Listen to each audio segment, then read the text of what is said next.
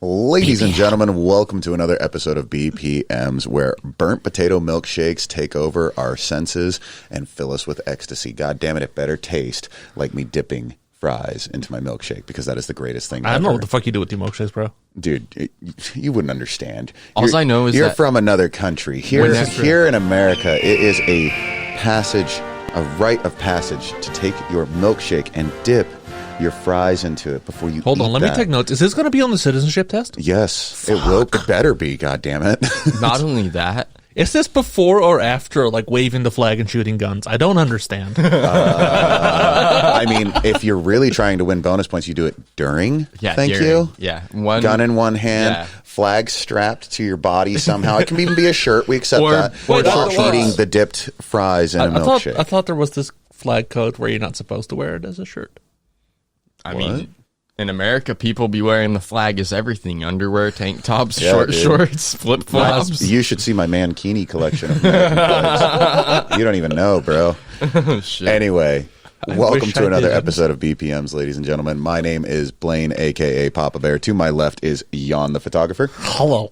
And to my right is Trevor, the musician. Glizzy. So, today on episode 13, we kind of wanted to touch back to prior episode 12, where we were going to talk about interviews and kind of getting people more into them. So we had James from Marked Life join us, and on that episode we had a fantastic interview, because what better way to see how an interview works than to sit down and have an interview? Well, the interview went so well that we really didn't get a lot of time to kind of break down the interviewing process. No. We got to be real about this. We were hypnotized by his mane. His hair was fantastic. There is no doubt about this whatsoever. 10 out of 10. 10 out of 10. Would stroke gently. Maybe it's Maybelline. Probably L'Oreal. Oh, fucking L'Oreal. That cheating bastards. Pantene Pro-V. Oh, don't even mention them in my home. Anyway, it's one of those things, though, where we had such a great interview. And if you watched it, then you got to see like how we were using questions, how we were having open-ended conversation, and letting the artist kind of just openly have a conversation with us while going over bullet points of their new release and everything of that nature, talking about the band. But we really only got like a 5-minute section when he had to use the restroom that allowed us the opportunity to sit down and actually kind of give some bullet points on it. Isn't it like the best thing when you can talk about serious issues, and meanwhile, on the video feed, we put a porta potty? Yes, that is fantastic. It really is. So while he was in the restroom, Jan was so kind as to put a porta potty in place of his image, since he was not available. And then, of course, Trevor becoming the one and only Mr. Hanky the Christmas Poo while he went and used the restroom as well was also a fantastic. Because there's nothing like a little anal seepage to get your day going. But yeah, so we kind of wanted to come back for episode 13 and just kind of touch a little bit more. We're not going to probably go the full standard like hour and a half that we tend to do on occasion when we get excited about topics, because this one's kind of going back and rehashing over what we were discussing in that interview process. Mm-hmm. But we felt that there was a lot of things that didn't get to be said, and there are a lot of people out there who really have never been interviewed, and people who would like to get into interviewing, and a lot of that stuff did not get touched upon. So we're going to step back and get back into that. So if you haven't seen episode 12, maybe go check that out first. That way you can see how the interview went, see our little bullet points that we had at points. But this is going to be the one that we're really breaking it down on the more business professional side of it, and as the musician side of it. There's even a few things I wouldn't mind asking you as well, Jan, with like when doing an interview, how you would want to set up based on a uncontrolled atmosphere, such as an outside event, to a controlled atmosphere, such as a studio. So we'll kind of get some good points from all perspectives, I think, on this one, and I think it'll work out really well. Yeah. So the first thing that I kind of want to break down is that if you are an artist and you've never had an interview before, like Trevor was so kind as to let us know on the last episode, one of the things that you really want to kind of think of is it's like you've seen bands be interviewed before. Yep. You know what the basic standard questions are. What does your name stand for? When were you formed? Where are you from? What genre of music are you? How long have you guys been together? Is this a new crew? Have you had changing members? Things of that nature. I think the other standard questions too that are possibly more important from like a promotional perspective is, what's your most recent release and what do you have coming? Well, yeah, if you let me finish, I'll get to that point. No, I'm not letting you finish. When you're Bad interview etiquette. Fuck you. When you're interviewing a band, you usually typically don't start with the, hey, what was your newest release? It's getting to know who they are, when they formed, things of that nature. Once you get past that point, then the next standard for the questions is, okay, what's your newest release? What album are you promoting? What single or music video did you drop? Yeah, no. Why no? I'll argue that one. Go for it. So I think once a band has done a few public interviews, that answer doesn't change. How were you formed? Doesn't change. When were you formed? Doesn't change. What to genre a are you band that has never had an interview before. Okay. You missed that part a little bit. You're jumping too far ahead on me here. So the standard basis for this is usually along that. You're trying to get to know who the artist was, when they were formed. You're kind of getting that bio information that you could look up online and get out of the way within a matter of a moment. Section. Right. Then it's usually talking about what's going on with your current music situation at the moment. If you are a newer band, one of the things that is very important to understand is to understand how long your interview is going to be.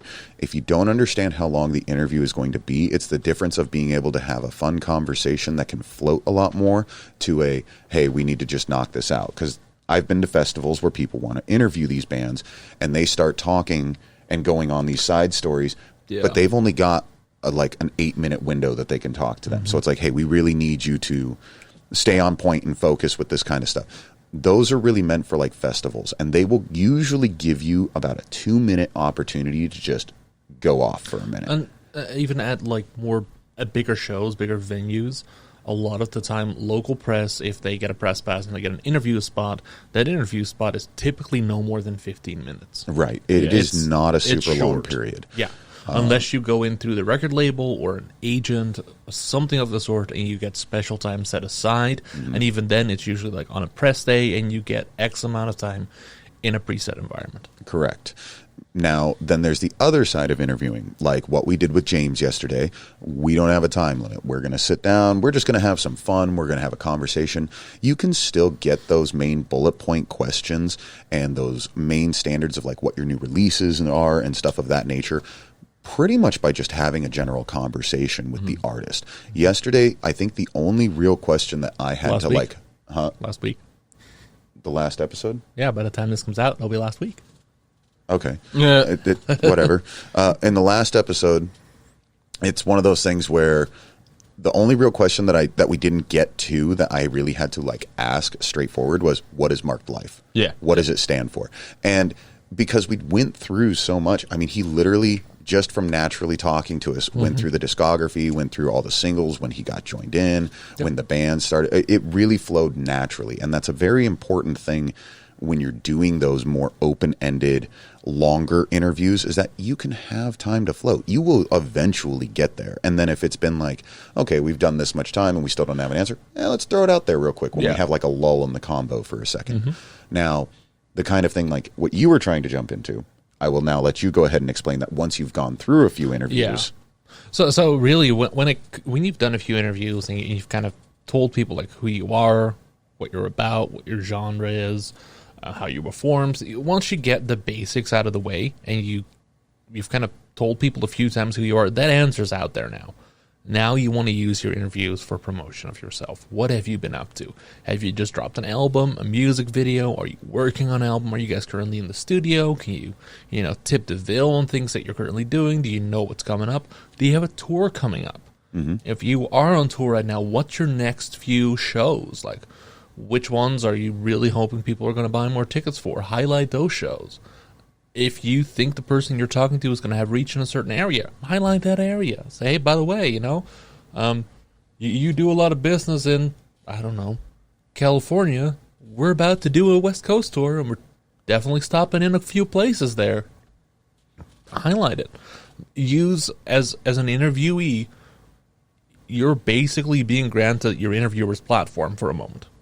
Take advantage of it. Promote yourself. Exactly. And have that spiel ready before they ask the question. No, that's good. I like that. And then one of the things too, like what me and Trevor were talking about, is that I was talking with him about interviewing. He's like, man, my band really hasn't ever been interviewed before. And he wasn't sure how to ask like questions of James on the last episode. So it was one of those things where he was like, okay, well, here's some questions that I had. What do you think of these? And as I explained to him, it was kind of one of those things, since it's a longer sit-down interview we were having, make them more open-ended. Split this question up into 2 questions. Yeah. Let's give him an opportunity to just kind of go off on this one for a while instead of throwing them both at him, and then his mind's going to be like, well, shit, now I've got to answer this, and then I've got to answer this as well before I forget that second half of the question. When you're asking questions of somebody that you're interviewing, if you're throwing out multiple facets, they're going to lose the opportunity to just kind of really dive into the question because they're going to be focused on, oh, crap, I got to remember what part 2 and part 3 was, so I better answer those. And then by the time he gets there, you've already passed what you could have talked about with part 1. It's harder to come back to that. So for most interviews, think about your questions being on a level of keeping it a single question and not having it to be so just shut at the end of that question. It can be a little bit more open and broad of a question. So that way they have room to float. The whole point of doing an interview is to bring interest and to bring value to the person that you are interviewing. So if we sit here and we just ask specific questions and it's just question, answer, question, answer, question, answer, you get info, but it becomes so formulaic that it's kind of dull. You want the artist to be able to express who they are. I want to expand on that a little more, though. Okay. Because I think you want to give something of value to the person being interviewed, but the main value should be to the person, the third party listening to the interview.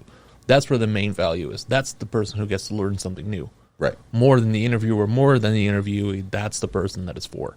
It's for a general audience.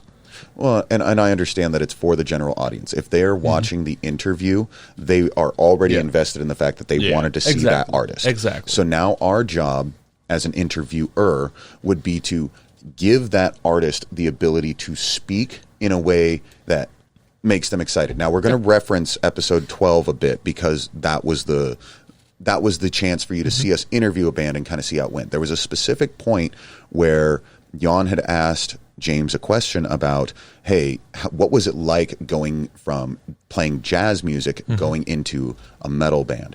And he really loved the question, like to the point where he was talking about how he got to do these creative things in their new title, Lose Someone. And he was just, and as he was speaking, you will watch James and he gets more energetic. He's becoming pumped up about what he's talking. Which, by the way, is great as an interviewer. And that's why it's so important to give those questions that are a little more open and dive into them personally, because it gives them that opportunity to get hyped. And when they get hyped, the person who's watching that interview, the fans, they're going to get hyped. I was sitting here, and if you watch me as he's doing that, I think all three of us were just we're all getting these smiles. Like it's like, dude, he is getting hyped on this question. When I go to YouTube or wherever to watch interviews, I'm into fandom. Like I like like you said, I like the knowledge. I like the backstory, the history. When I see that interaction and like, oh, this is fucking sick, and it draws me in and it makes me want to learn more because they're excited about it, it's a 10 times better interview. So absolutely, that's the other thing too, is sometimes you may end up, if you're doing an interview or you're being interviewed, sometimes there's no chemistry, there's no enthusiasm, there's no animated response. You got to find a way to either pull that out of someone or move past it, and that would be difficult. If you're like, hey, so how'd your band form? We met on Craigslist. There was an ad on Craigslist. I responded to it. That's not a very exciting story. But so then he's like, okay, so what's the weirdest thing that's happened on your tour so far? Ask them for something stupid. Well, see what the person's into as well. And you can do that, or you can still play on that Craigslist a little bit and try to like crack a joke to get them to smile. It's like, was it in the missed connections? Something like that. And just get see if their sense of humor is on that level. If it's not, you will meet some people that are very dry, direct, and to the point. And that is something that I would like. You have to accept that to some degree. There's going to be people that don't work best on camera. You're going to find people who are not actively front speakers, very people who are timid, nervous. They don't know what they're doing. Something you can do to try to help them is just kind of ask them. It's like, are you a very open person on a mic? Would you prefer that I ask somebody else if no one else is available, but they do want to do it and you can tell they're nervous? Maybe give them a couple of the questions to be like, hey, here's a couple of like where we're going to be leading toward. Let's give you a chance to like, okay, cool. I know where I'm going with this. I don't have to be like on nails, like, what's next? Well, right. That too is like, you can even lead the questions to a degree. It's like, hey, the question that we just talked about, it's like you moved from funk to metal. How did that work? It's kind of a leading question because you're talking about changing your musical style. Now, obviously, James, just being the music enthusiast that he is, like, he was the perfect person to ask that question. I didn't even realize how much of the perfect person he was until he started going off. Right. But similarly, that's kind of like if you're worried about someone, like if you're worried about yourself as an interviewer, talk to the person beforehand. Kind of see if there's chemistry. See what kind of person they are. How do they respond to things? Now, and what you said is very true. Some people just freeze up. I know people who are the most animated, well-spoken, educated people who make the most intelligent points during conversations. And they get interviewed by someone for the local news, and they say 3 words, and they're all stuttered. Right. Sometimes stage fright is very real, and I feel like in the metal community, for some reason, it's very pertinent. It's very pertinent. Yeah. I mean, we're a community of people who used to be outcasts. Right. We turn to music because we suck at talking. Let's be real. So we talk with our bodies and our fists. Oh, you fell down in the pit after I roundhouse kicked you. Let me help you up, brother. Right. But it's something that's very pertinent in our scene. And because of that, I think having that conversation beforehand, if at all possible, is never a bad call. If you know someone hasn't done interviews before, like, hey, you okay with interviews? Like, we're good. With James, we did a little sound check beforehand, and he was a cool guy. We had a cool conversation. It was easy, flowed well already. Like, just during sound check, we got to watch his luscious mane unfold. So beautiful. But that kind of stuff, it makes a difference. You won't always have that opportunity, especially if you're, what you're saying, you're working with touring bands who are just like, okay, we just broke down our shit. Or at a live music event. Or a live music event. Like, you got a limited window. The bigger the band, too, the less time you're going to get, because the more demand there is for that band. Right. And when I went and talked to some people who were interviewing In Flames on one of the recent tours, I spoke to the interviewers afterwards, and I was like, guys were great, wonderful to talk to, but God, it was a rush. Yeah. And especially when you're talking, full production, setting up lights and everything, that takes effort, and it takes time, and it cuts into your time that you might have interviewing people. Right. Festivals too. Hopefully, there you can stay in one spot with other press outlets and interview people there. But you don't have a chance to be like, hey, are you going to pick up with questions? Like, no, you're going to have to just ask them, right? And you're going to have to roll with the response. And the more you do that, the better you're going to get at it too. Exactly. That's something that practice on interviews makes perfect. It's honestly the same as job interviews. The first time you have a couple of job interviews, they're called interviews for a reason. They're trying to get information out of you. Mm-hmm. That's what an interview is about, getting information out of someone. Yeah. And same for the interviewer, whether it's a job or a band. Like, the better questions you're going to ask, you're going to ask better questions the more you're used to asking questions. Right. And one of the big things too, to kind of step off that for a second there, is that, like he's saying, the better questions you can ask. So now that comes to a very important part, being an interviewer, is that research who you're interviewing. I cannot stress this enough. I have seen way too many interviews where the people have no idea who these people are, and they're just doing it because it was a job and they were told to go do it. There's nothing worse than watching somebody interview somebody like that, because that is when you see stiff interviews. Yeah, because they're asking dull questions, or the band is just like, these are stupid, or you're stupid because you don't know a damn thing about us, and we figured that out pretty quick. That is when you get the, why do you guys wear masks questions in Slipknot interviews. Right. You have to watch 2 interviews to go, okay, they don't like that question. They're not going to answer it. Right. So it's very important. Yeah. It's very important that you take the time to research the band. Go look at their bios. Go look at their internet pages. Go see what they're into. See what music has dropped within the last year. What was their most recent album? Try to see what their like Spotify's are like. Are they moving up in the charts? And similarly, if you're looking at that, look at what information is missing. what information is not out there as easily available that like maybe that. you can help put out there for them. And that's another thing too. But that, I think that would fall more in the category of people who are like into whoever they're speaking with. Somebody who's interviewing that doesn't know a whole lot about the band and they're at least researching to get the time, they're probably not going to go back and watch like 12 other interviews to see what questions were ever asked and which ones weren't. But they can look at like their bio and be like, hey, I noticed that there's a couple of things missing from this bio that could be a cool fill-in spot. So that way the average listener who's at least looked at their page, you can fill in some of those gaps. Exactly. So I agree with that to a degree.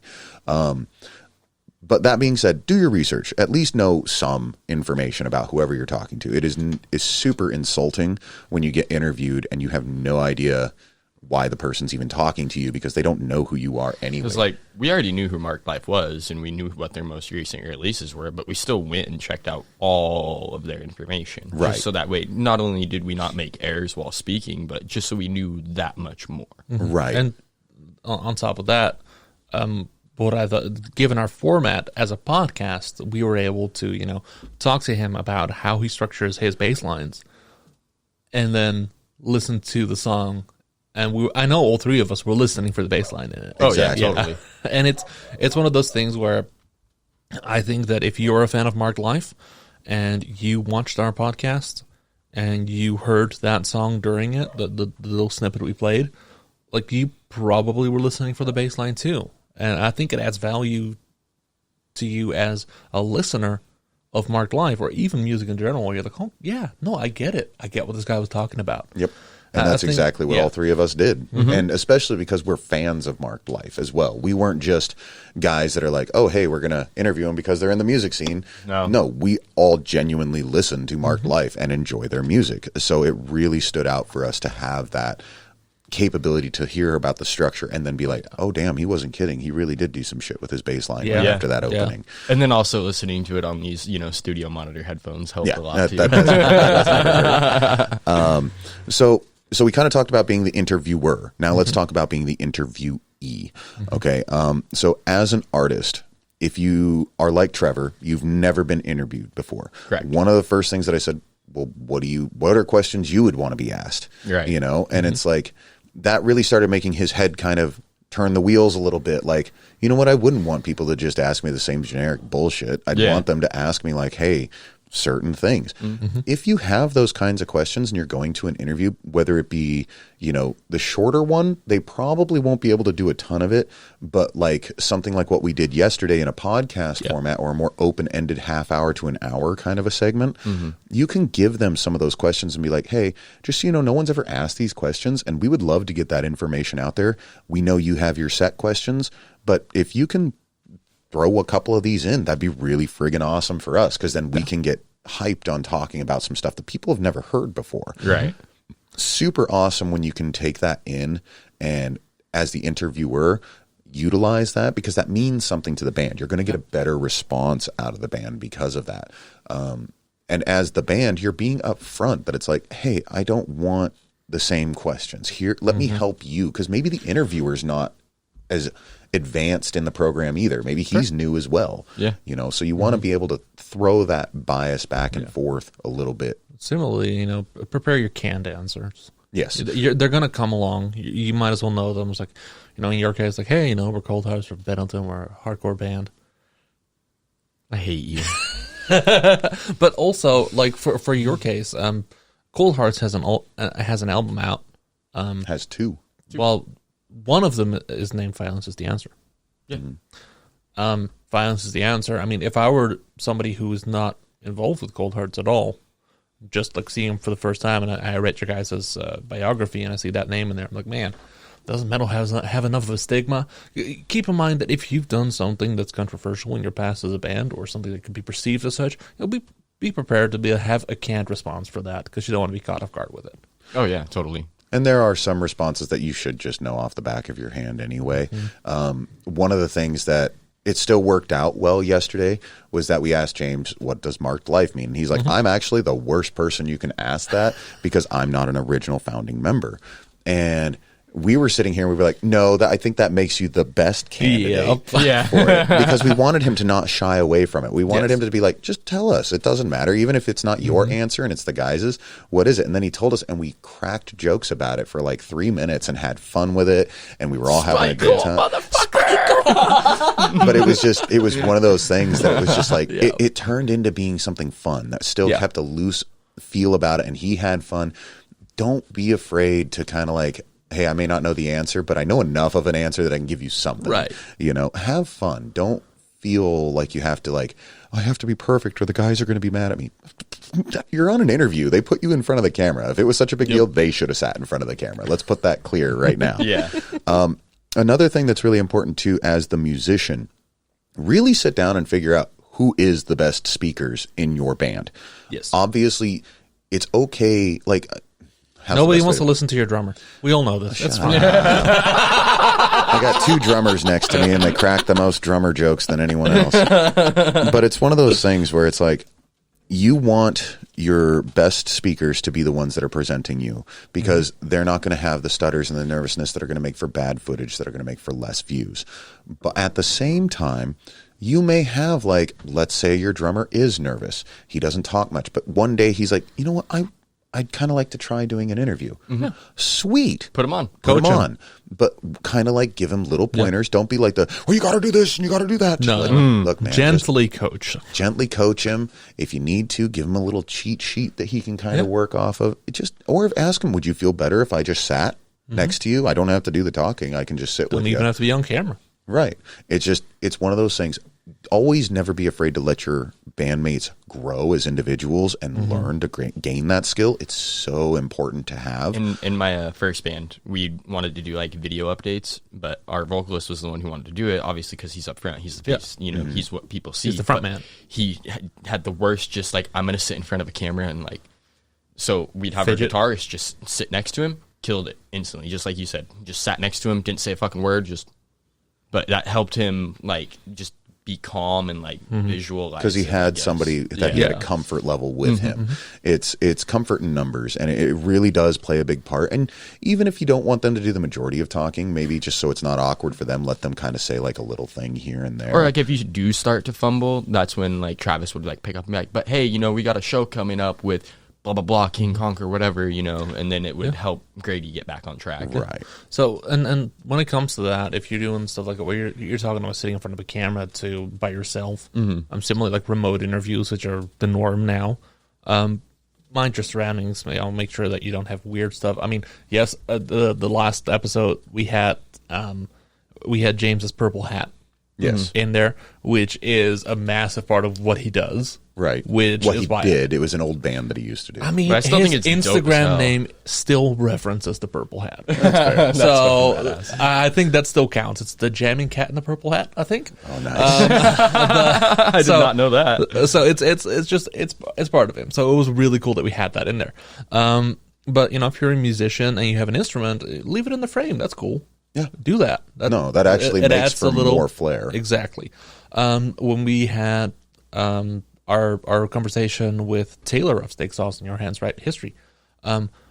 Wonderful mic setup too. Like it was nice, and honestly, sound quality goes really, really far. The better your sound quality on an interview, the more understandable you are, the easier you get your point across. Right. Especially with a remote interview. Yes. Also, if you do a live stream for your band, say, make sure that you got a nice light setup that nobody else can control and turn into a rainbow setup. Trevor. Like Jan can. Wait, what did I do?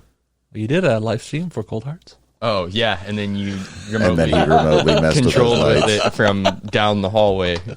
because he had to borrow Jan's lights. So Jan's like, I I'm going to mess with you. I didn't ask. He brought it in. He's like, He was trying to help a bro. I You know. just didn't think to question the bro. You asked for help with light. You didn't think I was going to put the rainbow on. yeah, So- it worked, though. Real quick to kind of touch on that a little bit. If you actually go back and listen to episode 12, one of the things that Jan brought up was a mic is super important. Now, I want to break this down for a minute, and I don't mean any disrespect to James as I say this, because maybe he can use this as a learning tool as well.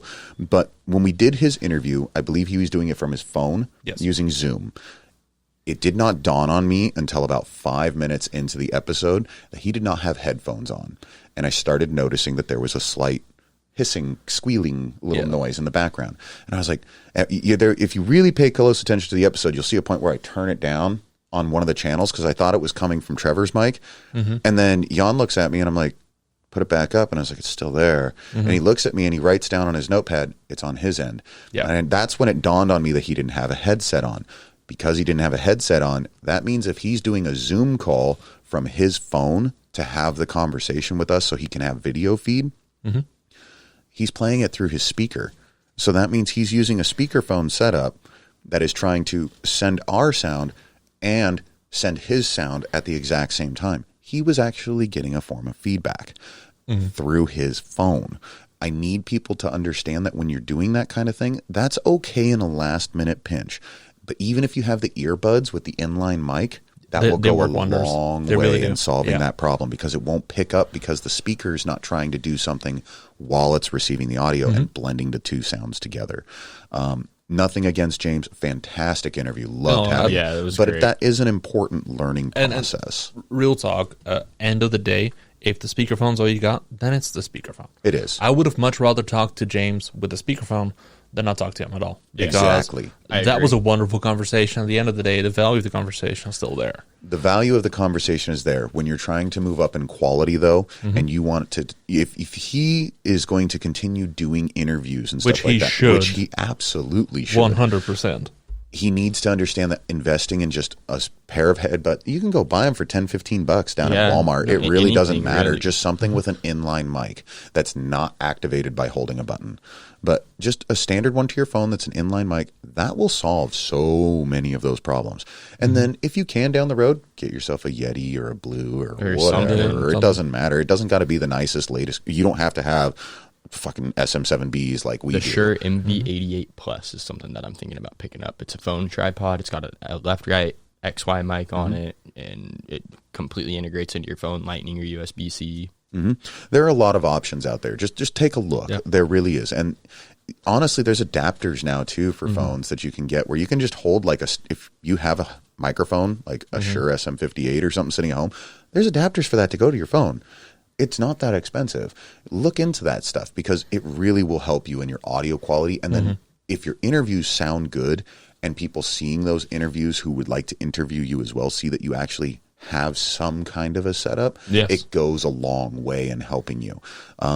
Again, had a blast with James. That would be my biggest key point of advice to him for yesterday. And on that note, I think actually something to keep in mind too, we regularly have conversations just in passing about who else we should have on the podcast, who we can talk to, who would have good insight.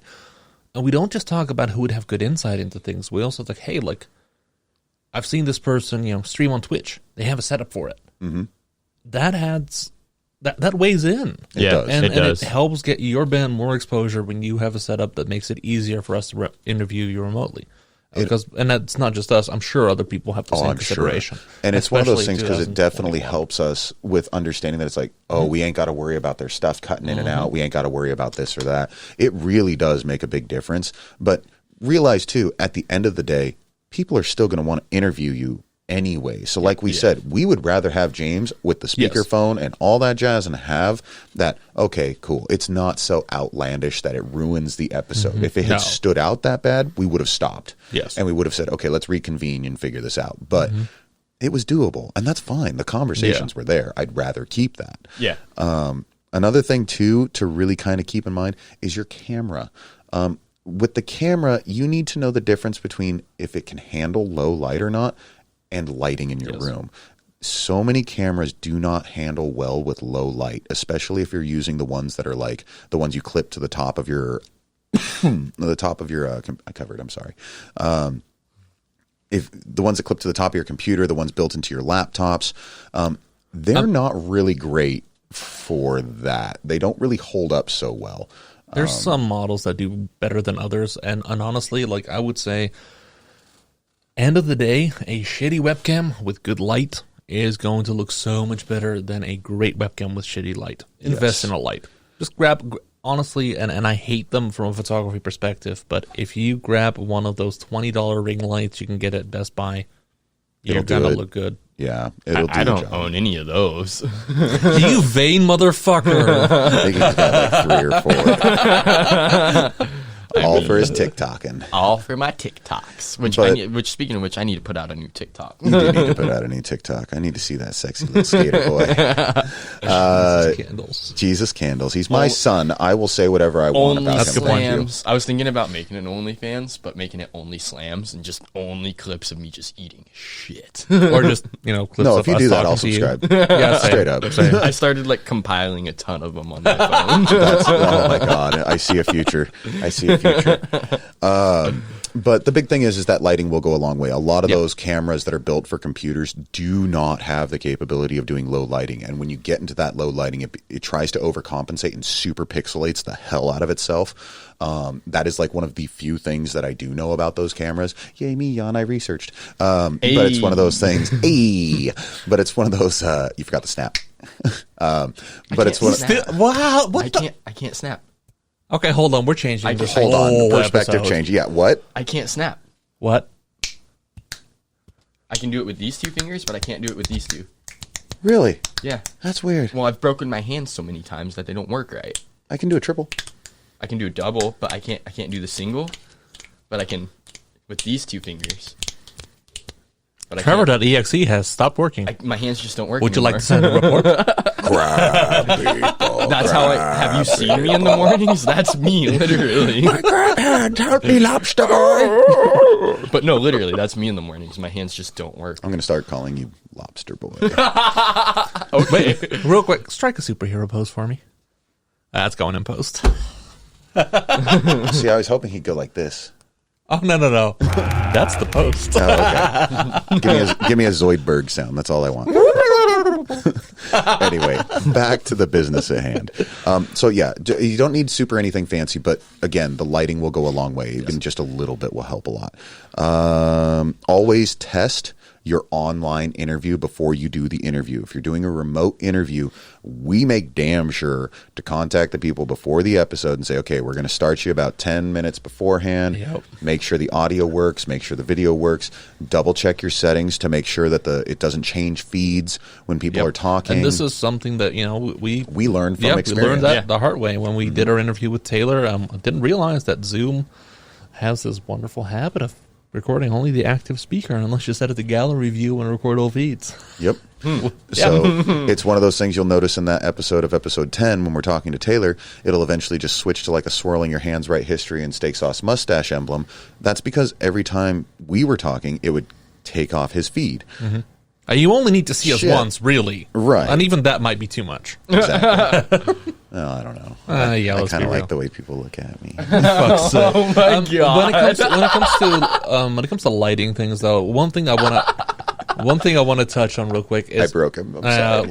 didn't fucking take much. doesn't. But if you're going to light interviews yourself to where you're at a festival, a live event, somewhere where the artist has just performed, please make sure you either give the artist a little bit of time to recover and that you don't have harsh light on them right away. Because harsh light right after a show is you're just going to see sweat shining everywhere. Nobody wants to see that. It's not say, what if that's what flattering people on want? anybody. Well, also another thing is that when you're a performer on stage, you don't have the lights so much in your face, so much as you have them from a top-down view, if they're done correctly.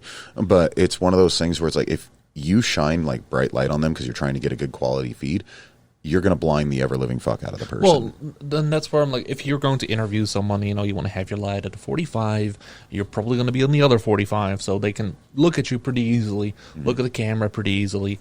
One thing, too, is if you're going to interview and you only have one camera, which you want to point at the artist, please keep your questions brief. Having an artist just stand there nodding while you just ask this question that rambles on for ever and ever is annoying as hell. Oh, yeah. Learn how to present your questions as an interviewer. There's definitely a point of where it's like you're rambling and you're getting a point across. If anybody's allowed to ramble, it's the artist. Yes. Yeah. That's really the person that should be doing it because nobody's there really to listen to the interviewer unless you're unless you're Joe Rogan or some shit like that. But Or you're trying to plug your band to another artist. Hey, he's my long lost brother. Okay, like you'd have to watch the episode to understand. But yes, long lost brothers. But anyway, so those are very good points to also he add to needed that. to know. Yep. So always test your interview feed. Make sure that that's working properly. A best way to do that is like 10, 15 minutes beforehand, before you're about to go and do your actual interview. Just make sure everything's working properly. That also lets you know whether or not their internet's shit or not, too. That Yes. is also a big thing. If you're going to do remote interviews, internet needs to be important. We cannot help you if your internet signal sucks, because if it does, what are we going to do about it? We're just going to be like, and they're gone. So mute your channel and just be like, well, guys, how do you think that went? You know, How was the Raiders game? exactly. Really? Raiders? That's where you're going? Las Raiders? Vegas, dog. Got Las Vegas in my I'm mind for so- some reason. Man, if you want to talk about soccer, can we at least talk about the Mets? Yeah, I did that. Anyway, I think Red Wings is my favorite hockey team. God damn it. I hope Kyler watches this. And Same. but it's one of those things where it's just like, just be sure of your internet signal as well. If you have a spotty place, maybe see if there's another place you can go, a buddy's house, whatever. Just Starbucks. Try to. Please don't. If you're going to, that's the other thing. If you're going to do something like that, if you have a car, yeah, you can park by a Starbucks. That is a better option than sitting inside the Starbucks. Yes, please don't. It I think hurts. McDonald's even But offers at- free at- 5G now. Well, no, everybody offers Yes. it, but the problem is there's so much noise and irritant in the place. Plus, the And- lighting's abysmal. There's so much kids screaming. At that point, one of your best bets might even be to be like, hey, you know what? Maybe I'm not the person in my band to do this interview. Maybe there's people who might be better equipped for the interview in a technical sense. Similarly, maybe if you're like, okay, I'm the only well-spoken person of my band, the rest barely even speaks English, what do you does one of your bandmates have good internet? Can you sit in their house for a minute? Like, Right. There's if it, only as a last case resort. The internet is really the big one that you really need to stress for remote, because it affects everything. Yes. So even if it looks like the signal's working and you see the visual, internet drops can cause the visual to blur out. It can cause the audio to fucking blur out. the audio is It's a big one. If you can't hear what we're asking you, how are you going to answer coherently? Exactly. So make sure you're checking in on that. Hi, and I just pulled this cardinal sin. Watch how much you say and or You would be blown away at how many people in the standard just normalcy of human society that we do that. We say we say yeah, we say and, we say I mean, it's one of those things that you have to learn to catch yourself on that. So if you're planning to do a lot of interviews, start listening to yourself. And if you do say it, kind of just mentally track yourself that it's like, oh, I said it. Oh, I did it again there. And what that'll do is it'll eventually tell yourself that, hey, I'm doing this a lot, and it'll teach your body to stop doing it. So it's a very good thing to do. Normally when I find myself saying and or it's, well, and I use a lot for transfers and stuff of that nature, but it still flows pretty smoothly in the conversation. But the ums and the uhs is usually when I'm looking down at a note for a bullet point, or I'm trying to like contemplate how I want to word something Trying properly. to remember a band's name. No, not necessarily. I mean, it might be harder for me to That's me and Trevor. see. So like, yes, like the last episode, it's one of those things where it's like, see, because I'm trying to think of that name, and that's where I struggle. Is it's not the band names I struggle with; it's the individuals. And their new song, "Lose Someone," had a guest speaker or a guest singer on it, and it was one of those things where There was three U's in that sentence. Exactly, because I'm trying to think about that person's name while I'm doing it. No, for sure. So realize what those triggers are that cause your brain to do that. Now, granted, every time I'm having a conversation, my sentences are pretty articulated. I know exactly what I'm doing, and I'm flying. 100%. But once my brain gets sidetracked and it's like, shit, I should know this off the top of my head. Why do I not remember this? But I'm still trying to fumble my way through the conversation. I'm probably better off to just let somebody else speak for a minute while I figure out what it is what I want to say. In a group set, in your own, Take a breath. take Take a second. Yeah, take a second. It's better to be like, well, the thing is, Yeah, instead exactly. of going, well, actually, see, the thing is, and yeah, With all the speech and vocational training that I've been through my entire life, it's better to just give yourself a breath. Think of the words you're trying to say instead of fumbling over them and using the stupid conjunction words that we were talking about, like and just actually analyze your own thought process. Take that breath, 20, 30 seconds, and then come back with your sentence articulated. Mm-hmm. And if you're being asked questions, I just said and I caught myself. Now it's going to be in your brain for the rest of the episode. That's the best part about it. No, if you're being asked questions and you don't really know how to respond to them immediately, give yourself a minute. There's easy responses you can give someone where you go along the lines of, well, interesting you asked that question. Yeah. Or, this is the first time I'm being asked that question. It's funny you should ask that. It's just a couple of seconds where... Those sentences build you up for that pause, though, because they're like, oh, I've never been asked that. Response, you know, like right. it sets yourself up to give yourself you that the 30 extra time. seconds thinking time. Well, I don't know about 30 seconds. 30 I'd seconds, say I want to more ask like if you're 5. okay. But yeah, 30 I'd be questioning, like, did you have a stroke? You okay, bro? Christian Stewart. Damn it, Virginias. I told you, Virginians, you can't be doing that stuff no mo. All right, so moving forward, we did talk about, are you the right person for the interview? Are there questions you want to talk about? How long the interview dictates how much you should say. Really, I mean, that's a lot of it. Mm-hmm. I mean, we did cover quite a bit of it there. We did. This has been a really informative bit. No, it is, and you'd be surprised at how many people don't know this. And stuff. this, again, I keep saying it almost every episode, this is all content that I want to learn, too. Mm-hmm. So it's very informative for me because I've never been interviewed. Yeah, so. And it's really cool once, as a band, I remember the first time I got interviewed. It's one of those things where it's like, oh my God, I'm so excited. But at the same time, like, fuck, what are they going to ask me? I don't know if I have the answers to everything. You know, it's like, getting caught off guard for the first couple times, it's going to be weird. Yes. There's nothing you can do about it. I am absolutely not afraid to get up on stages and talk to people. I am absolutely not afraid to have, what would you call those, like, where you stand at a podium and give a speech or a lecture? A lecture or anything of that nature. Right. Those kind of things don't bother. I've gotten up at... Podcast. I've never been afraid to get up at a funeral and give a eulogy for somebody. Those kind of things do not bother me at the slightest. I could ever do that. I've had to do it multiple times. They're not going to criticize your speech. My family actually kind of looks at me to see if I'm the one who's going to do it this time. So, but it's one of those things where the first time is always going to be awkward. The first time I was interviewed, I think what threw me off the most is, like I said, when I think of, like, oh crap, what's that detailed answer that I need to give of, like, who the guest singer was, or oh man, I've never really thought about our numbers before. I have to think about this now for a second. That's when I would start to get my uhs and my ands and my ums and all of that stuff. But it's okay. Your first couple rounds are going to be a little rough. That's all right. Have fun with it. Yeah. If anything, if you can just tell yourself, I'm just here to have fun. Somebody was excited enough to fucking want to talk to me. Answer to the best of your ability. If you are terrified to the point where you're scared to do it, but you're the only well-spoken member of your band, or nobody else in your band's willing to give it a shot, ask your bandmates, ask your friends, like, hey, will you just do a pretend interview with me? Will you give me a chance to practice my answers at least, so I kind of know what's going out? Yeah, it's an easy tool to get yourself a little bit more prepared. Exactly, and just don't stress. That's the big thing. Everybody is there because they want to talk to you. They want to know about you. And not just as a musician.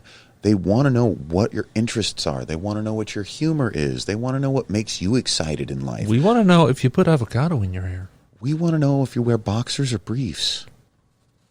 I put avocado in my hair and I wear briefs. See? And now you're that much closer to hating cold hearts. Yeah, get on a level. No. But it's one of those things where your whole purpose of being there as the person being interviewed is to just let people into your normal life.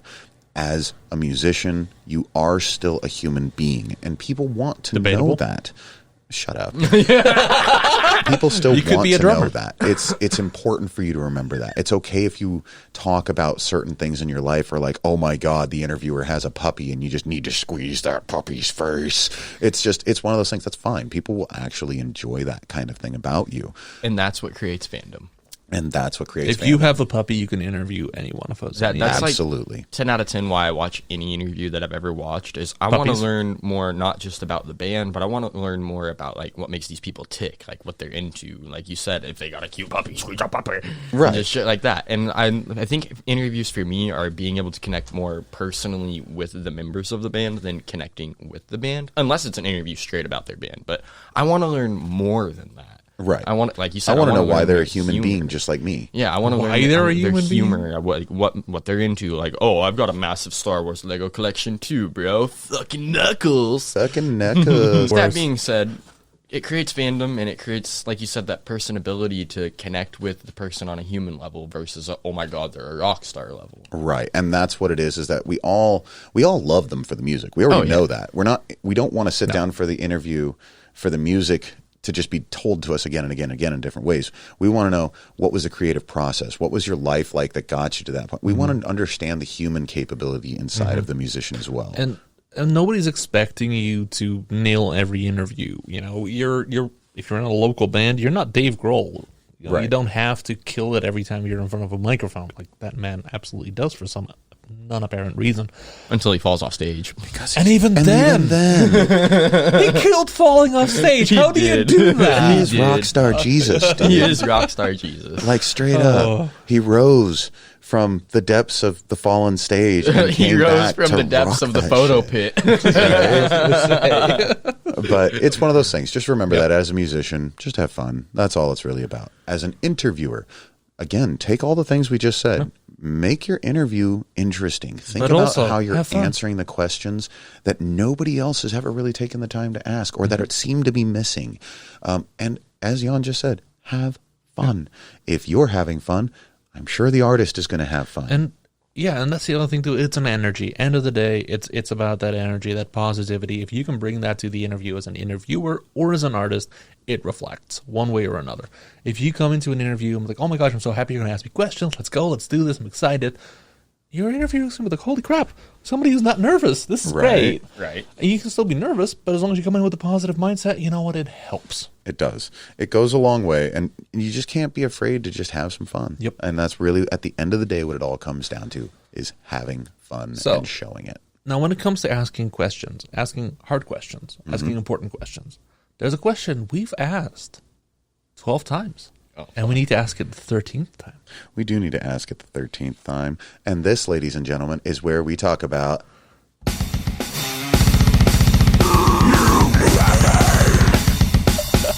Yes, ladies and gentlemen, it is that time where we discuss about the artists that we are repping for the day. I think it's time you go first. I think it's time Trevor goes first. Oh my god, yes! Oh, Ooh, woo.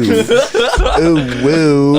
I am repping the homeboys in Weeping Wound, Florida today. They just came out with a new visualizer for a really dope song called Overdozer. It's spelled O-V-R-D-O-Z-R, which fucking makes me cringe just a lot. But they're a new metal deathcore. We're tagging them in the comments. New death. I don't care. They're cool dudes. I mean, honestly.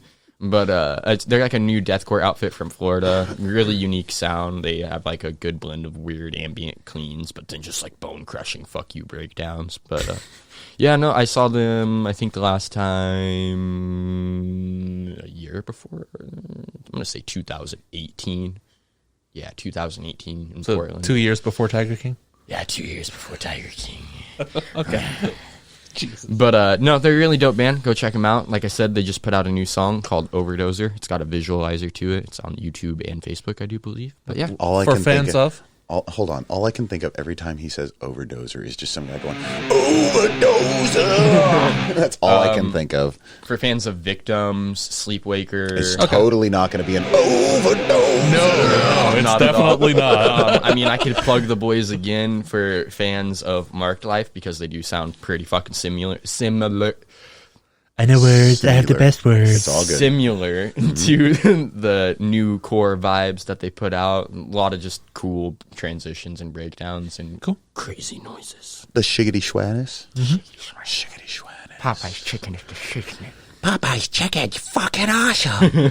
My name's Nicky, and I'm gonna kill all you suckers. That's not me. That's Al Pacino and Scarface.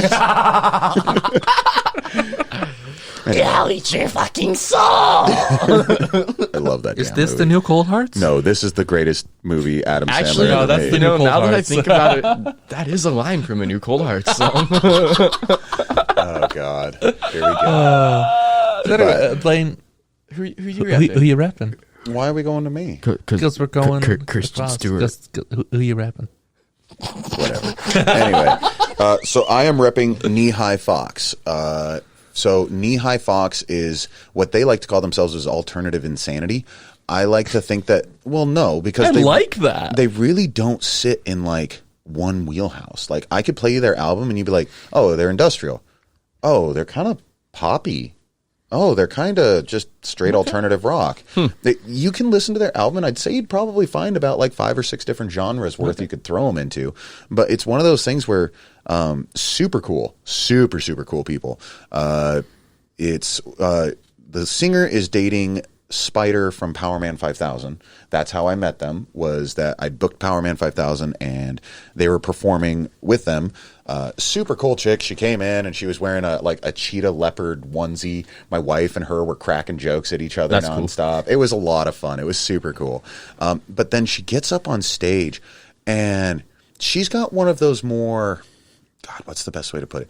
She doesn't have like the ginger screams of like any of that shit. She's got more of like what I think of when I think of like the Queens of Scream, like from horror flicks. Okay, like more like a textured raspy voice. It's like just like a high blood curdling scream, or like they've got more texture to them. But there's closer to like a Scarlet Canary. No, it's not clean. Okay, it's not. It's so hard to explain. But she comes off as like, there's points where it's like she comes off with a very amazing voice, and then there's points where she comes off with like a "I'm gonna get you," like that, like monotone horror flick kind of a thing. It's super cool. But when they were performing, she literally put on like the yellow raincoat and had the red balloon as she was walking around on stage. And then their entire band like covered themselves in like blacklight paint and different designs, and then they brought their own black lights to like shine up on them. The photos are fucking amazing from it. It's just, I'm so sad I missed this. Oh, Knee High Fox was so that good. sounds dope. Yeah, it was a killer show. Everybody in there was like, holy fuck. We did not we underestimated what this band was going to be. And then one of the coolest memories that I have from that, just real quick too, is that there was a little girl who was like super huge. Like she was like just, oh my God, this is amazing. She was watching them perform and she was just completely in love. Must have been 12, 13, I think, just a younger kid, just turning into a teen. And so I told her, why don't you come over here? I'll buy you something from the merch table since you liked them so much. I love seeing young kids come to shows, so I want them to get pumped on that stuff. Yeah. Get them a shirt, get them something so that way they leave and it's like, oh, I got a shirt and I have it so cool. The chick came up, the singer, and she's like, oh, is this your girl? I was like, no, this isn't my kid, but this is a little girl who joined the show. And one of my big things is I like to have kids you always get give stuff into away. Music. Yeah. And so I'm letting her pick something, and she's like, that is the coolest thing I have seen in a long time. And she's like, you're not related to her in any way, shape, or form. No, I have no idea who she is. She's just here. Her parents are cool. This is her parents right there. And they all shook hands. And the little girl was like, oh. She was standing right there. And she noticed that she was nervous. I was like, I think she wants to say hi to you. And she's like, And so she like shook her hand and like crouched down next to her. I was just talking to this little girl for a little bit. And I was sweet. like, fuck yes, this is what so wholesome. Be the same girl that was at the Ginger show? No, okay. It is not. That was still really cool for me. Yeah, that was cool too. That was badass. But it's one of those things where it's like, I love when artists are willing to take the time and work with the children that are like the next generation. This is how you get people into music. And so ever since then, I was just... Wait, we're not supposed to hate on the young kids coming to the show? Oh, shut up. I'm going to fucking... Ruin my moment, I'll kill you. punch you across this room. But it was so cool because she ended up giving her like another shirt for free, and like I think they had a wristband or a hairband or something like that they had for sale. That girl's as well. never going to forget that. And that little show. girl was just like so ecstatic. That's and awesome. Ever since then, I've just been a huge fan of Knee High Fox. They are fantastic. If really they are cool. You should check them out. They're so different. I can't really categorize. Interactions and personality matter. Yeah, but they put on a hell of a stage show. Yeah. And now it's your turn, Jan. Who you repping? I'm repping Knothead. Yeah, Steve McGrath, my boy. Whoop, whoop. I was gonna say, hey, can you hand me that? Can you hand me that right there? Can you hand me that right there? Can you hand me that right there? Yeah. Yeah, Hold on, right a little here. ASMR right here. No. You just give me that bad boy right there. I'm a rep not head with you because fucking You homie. are so I'm not even going to lie. Out of the two of us, Blaine, you are the bigger knothead fan Oh, absolutely. by far. You are he's the got the bigger fucking knothead chain. fan in general. He is a rapper from, is it Spokane that Yes. he's from? And he is also just massively supportive of his own scene. He will work his ass off for his scene. I love the effort this guy puts into his music, his scene, his image, his everything. He also used to be the head street crew for Tech Nine whenever Yep. he'd come through these states. He's a badass working dude. No, just like he hustles like nobody else, and I think that's something that even if you're not into his music, which is, it's rap, it's grungy rap. It's rap with metal Yeah. influences because For he sure. actually was raised on listening to like Pantera, Slayer, all of the old nostalgic greats in the metal scene, and then he loves a lot of metal that's newer in the scene as well. But he's a rapper, and and he loves the rap community as well. So he just marries the two. Yeah. But it's I would- great. Like almost more of like a, I don't know, grungier Hollywood undead. I could see that. Yeah, I could see that. Absolutely love his sound, love his stage performance. I loved meeting the guy. Really friendly, incredibly personable. Yeah, just an all around good dude, and love rapping him. Yeah, he's an awesome kick-ass dude, and he's got an amazing little boy who he calls his manager whenever he goes on tours and stuff like that. Why the fuck And not? When they performed badass. down here, and he brought his son, they actually stayed here because I gave him a place to stay. And then the next morning we got up, and we literally just talked about the music scene for hours over coffee and breakfast while his boy and my boys were playing video games and toys and stuff like that. And That's awesome. when it was Yeah. time for them to get going, his kid was like, I don't want to go yet. So Steve's like, no, I'll have one more cup of coffee. Fuck it. I love that. It was just, it was love so that. great to just sit. And it wasn't like we were like grilling each other about music. It was like, fuck, just getting It's to a conversation. talk about It's a music conversation. and just have love about it. Steve's is an awesome dude, and I love Knothead. Yeah, Yeah, big influence in my That's rap badass. culture. yeah, So love that. past that, that's pretty much all I've got for this episode. Do you have anything else you'd like to throw in before we end this episode? Jan? Yes, actually, something very important. Don't forget to comment, like, and subscribe on YouTube. Fuck you, Trevor. oh my god. Considering you only did like maybe a third of the process, Yeah, dude. good What job the fuck? on you. Come on, man. Now I don't even know what to say because I'm just thinking about his shit. Make sure to check us out on Papa Bear and Associates at Facebook.com. You can also find us under that on YouTube as well. Make sure to like, subscribe, and hit that bell button. If they're seeing Leave this, comments. they know our YouTube by now. I hate you. Shut up. Leave comments so that way we can always know how to follow up with you guys, and if there's new topics you would like to also speak on. We also always love guests, so if there's a topic you would like to speak on, please feel free to reach out to us. We always enjoy having guests. If you want to have your first interview with us,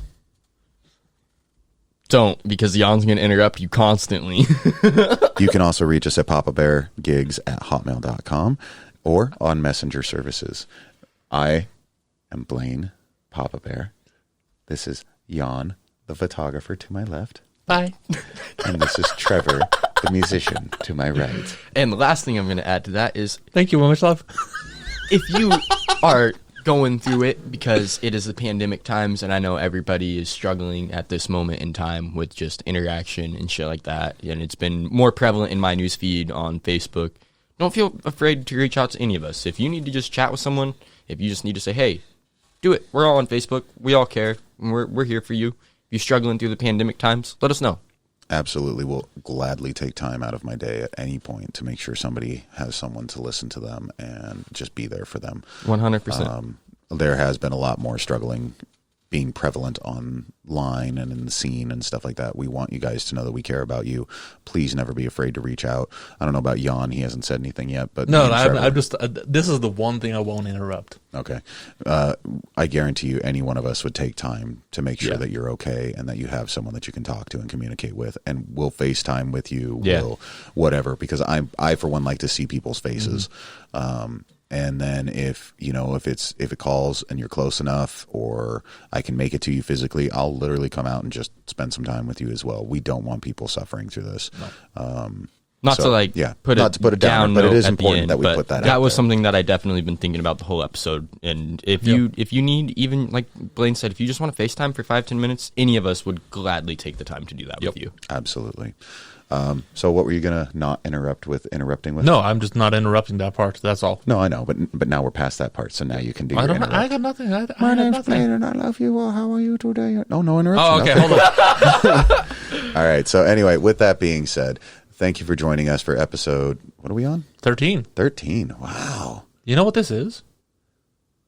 This is the 13th time that we're gonna play an outro that has the words anal seepage in it. We really should come up with a new outro. No.